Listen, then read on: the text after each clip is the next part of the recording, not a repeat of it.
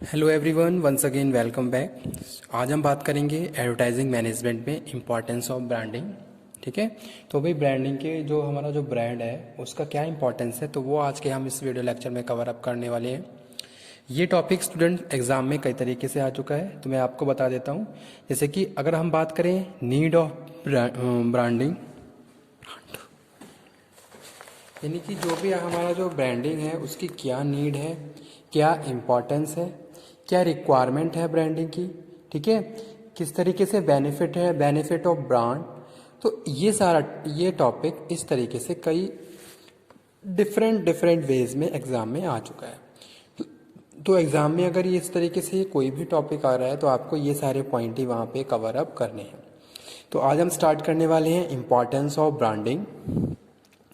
Student यहाँ पे मैंने कुछ इंपॉर्टेंस लिखे हैं जिसको मैं वन बाय वन एक्सप्लेन कर रहा हूँ। तो सो लेट्स स्टार्ट। फर्स्ट है यहाँ पे इम्पॉर्टेंस ऑफ ब्रांड में इम्पॉर्टेंस टू कस्टमर, सेकंड है इम्पॉर्टेंस टू ऑर्गेनाइजेशन और थर्ड है इम्पॉर्टेंस टू सोसाइटी। यानी कि अगर हम ब्रांड की बात करें तो उससे कस्टमर को क्या लाभ है, यानी कि कस्टमर को क्या बेनिफिट है, ऑर्गेनाइजेशन को क्या बेनिफिट है और हमारी सोसाइटी को क्या बेनिफिट है। तो वो हम कवर अप करने वाले हैं आज के इस वीडियो लेक्चर में।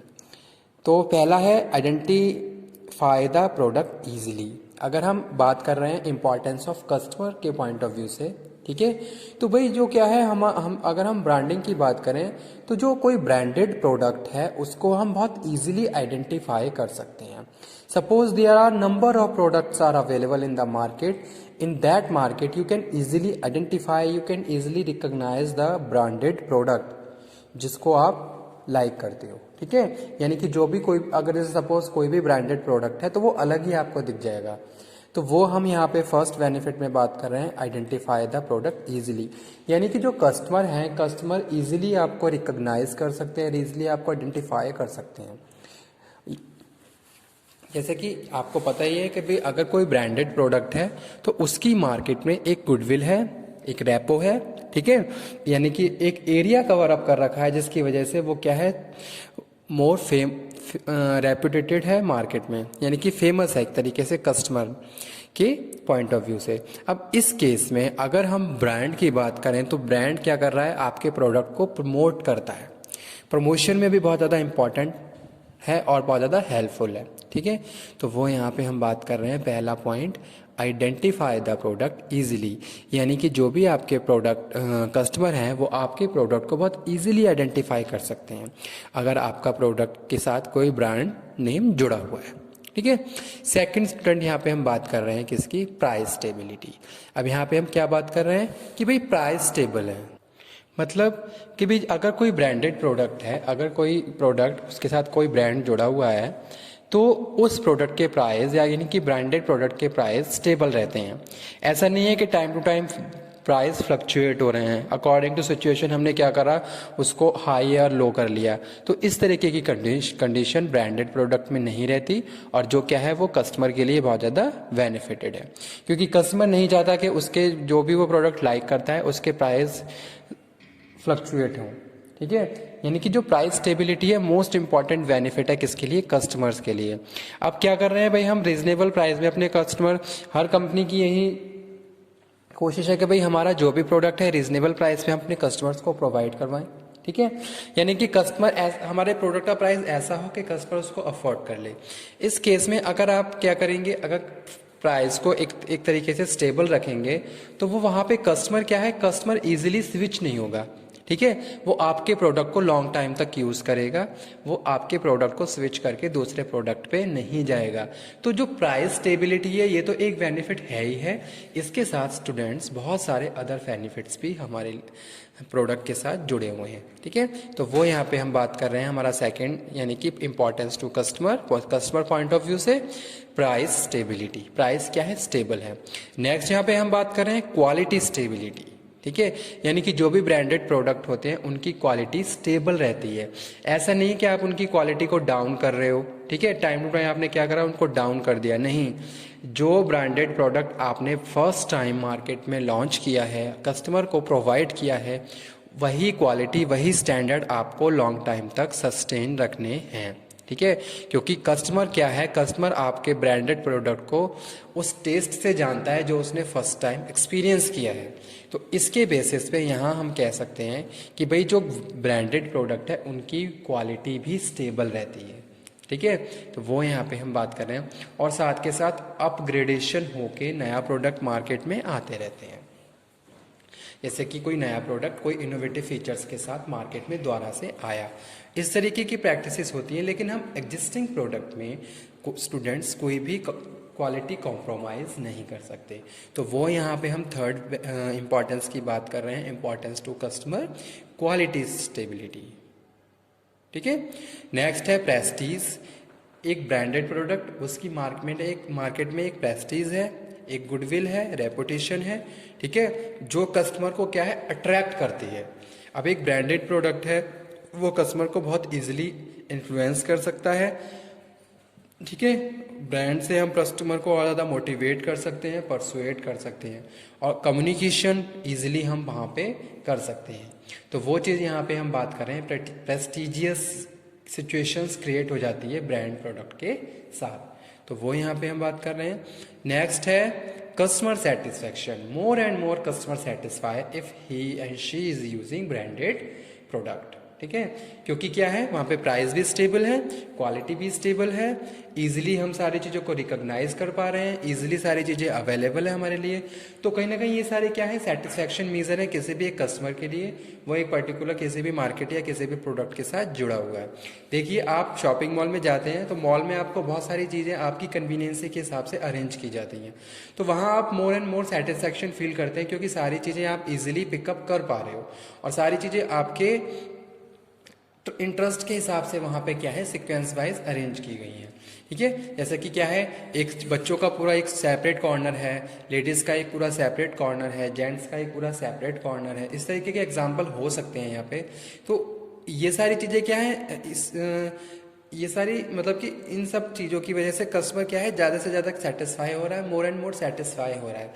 तो सेम वही चीज़ क्या होती है ब्रांडेड प्रोडक्ट में, कस्टमर क्या है सेटिस्फाई है, जो भी उसकी नीड है, जो भी उसकी डिमांड है, ठीक है, या फिर जो भी उसकी रिक्वायरमेंट है, उसके हिसाब से वो सारी चीज़ें वहाँ पे क्या है अप टू मार्क है, अप टू मीटअप हो पा रही है।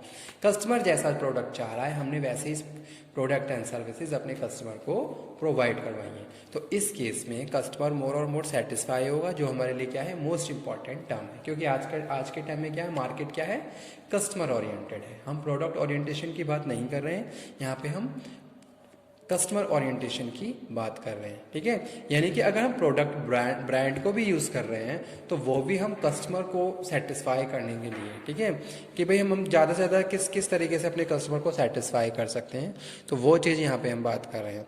नेक्स्ट है इंपॉर्टेंस टू ऑर्गेनाइजेशन। ऑर्गेनाइजेशन को क्या इंपॉर्टेंस है, प्रमोशन। हाँ, इजिली आप अपने प्रोडक्ट को प्रमोट कर सकते हो, ठीक है, क्योंकि अगर हम एक ब्रांड प्रोडक्ट की बात करें जो ऑलरेडी कस्टमर की नॉलेज में है, तो वहाँ पे हमें ज़्यादा एफर्ट्स लगाने की ज़रूरत नहीं है। अगर आप नया प्रोडक्ट कोई लेके आ रहे हैं तो ईजिली आप कस्टमर को एक दो रिमाइंड देके उसके अवेयरनेस को बढ़ा सकते हो, ठीक है, क्योंकि वो ब्रांड ऑलरेडी पहले क्या है अपनी मार्केट पोजीशन क्रिएट कर चुका है। तो वो यहाँ पे हम बात करें ईजिली हम प्रमोशन कर सकते हैं। लीगल प्रोटेक्शन है, ठीक है, कोई भी ऐसी प्रैक्टिसेस आपको नहीं मिलेगी जहाँ कॉपी पेस्ट की बात करी जाए, या फिर आप जैसी प्रैक्टिसेस को कोई दूसरा आपके ब्रांड को यूज़ कर सके, ठीक है, क्योंकि आपको लीगली उसको रजिस्टर करवाना होता है, ऑथराइज करवाना होता है। तो ये सारी प्रैक्टिसेस फिर वहाँ पे क्या हो जाती हैं नेग्लेक्ट हो जाती हैं। सेफ फ्रॉम कंपटीशन, जी हाँ, कंपटीशन से आप सेफ रहते हो, ठीक है। आपने देखा होगा आपका कंपटीशन का जो वो एक स्कोप है वो डाउन हो जाता है।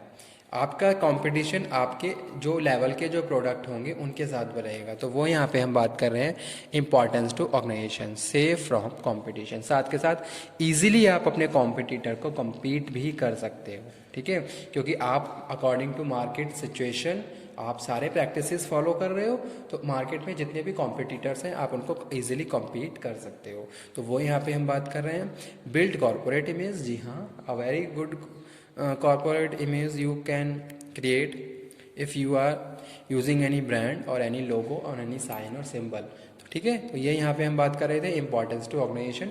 तो ऑर्गेनाइजेशन को ये सारे इंपॉर्टेंस होते हैं। क्या क्या इंपॉर्टेंस है कि भाई वो इजीली प्रमोशन कर सकती है, ठीक है, लीगल प्रोटेक्टिव है, कस्टमर को इजी फैसिलिटेट कर सकते हैं, कंपटीशन प्रॉपर फेस कर सकते हैं, ठीक है, मार्केट से डिमांड क्रिएट कर सकते हैं। तो कहीं ना कहीं ये सारी चीज़ें क्या है, किसी भी ऑर्गेनाइजेशन के लिए क्या इंपॉर्टेंट पॉइंट्स हैं जो कि उनकी रिक्वायरमेंट्स होती है। हम इन सारी चीज़ों के लिए तो क्या मार्केटिंग करते हैं, तो वो यहाँ पे हम बात कर रहे हैं। अब नेक्स्ट है हमारा इंपॉर्टेंस टू सोसाइटी।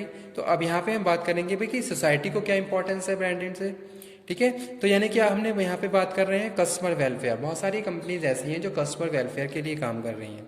ऐसे जगह जगह कुछ प्रोग्राम अरेंज किए गए, सेमिनार अरेंज किए गए, ऐसे कुछ पार्टीज अरेंज की गई, ठीक है। जैसे आपने देखा होगा कुछ मॉल में एक इस तरीके से प्रोग्राम किए जाते हैं कि भाई पेयर को बुलाया जाता है और वहाँ पे उनके लिए बहुत सारे टास्क अरेंज किए जाते हैं। तो इस तरीके से हम कस्टमर कंज्यूमर वेलफेयर की बात कर सकते हैं। सोशल एक्टिविटीज़ फॉलो की जाती हैं, कई छोटे छोटे प्रोग्राम अरेंज किए गए, बताया गया, करंट इश्यूज़ को हम डिस्कस कर रहे हैं, ठीक है, मार्केटिंग में या फिर नया जो कुछ भी इनोवेटिव होने वाला है तो उसको हम डिस्कस कर रहे हैं, कस्टमर की नीड आइडेंटिफाई कर रहे हैं, कस्टमर को जान रहे हैं। तो इस तरीके से बहुत सारे प्रोग्राम्स, या फिर हम बात कर रहे हैं जैसे कि सपोज कुछ कंपनीज ऐसी होती हैं जो सोसाइटी के लिए भी काम कर रही हैं, सोसाइटी में बहुत सारे सोशल वर्क्स के साथ भी जुड़ी हुई हैं, ठीक है। और साथ के साथ हम यहाँ पे बात कर रहे हैं किसकी, एनवायरमेंटल पॉल्यूशन या प्रोटेक्शन, जो कि मोस्ट इंपॉर्टेंट एलिमेंट है या मोस्ट इंपॉर्टेंट बेनिफिट है। अब कंपनी क्या कर रही है, क्योंकि आज के टाइम में क्या है, एनवायरमेंट पॉल्यूशन एक बहुत ज़्यादा मेजर प्रॉब्लम है, तो कंपनी इस चीज़ को भी प्रमोट कर रही है, ठीक है। पहली चीज़ एजुकेशन को भी प्रमोट कर रही है, साथ के साथ वो एनवायरनमेंट के लिए भी क्या है, कॉन्शियस है कि भाई हम जो भी प्रोडक्शन कर रहे हैं उससे हमारे एनवायरनमेंट को कोई भी हार्म नहीं हो रहा है। साथ के साथ वो लोगों को भी अवेयर कर रहे हैं कि भाई एनवायरनमेंट में जो भी प्रॉब्लम क्रिएट हो रही है, अभी जो भी पॉल्यूटेंट्स मिक्सअप हो रहे हैं, उसके लिए हमें अपने हैंड पे इनिशिएटिव लेना चाहिए, सारी चीज़ों को प्रोटेक्ट करना चाहिए ताकि इस तरीके की प्रैक्टिसेस ना हो। तो इस तरीके से ये सारे बेनिफिट्स थे किसके लिए, ब्रांडिंग के। तो वो आज हमने बात करी, आज का टॉपिक हमने यहीं पे कवर अप किया। Okay, thank you. Hope so again आपको ये टॉपिक समझ में आ गया हो, सभी स्टूडेंट्स को जिनको कुछ प्रॉब्लम थी कुछ मेन टॉपिक्स में इंपॉर्टेंस में, ठीक है, जैसे कि organisation. Thank you very much.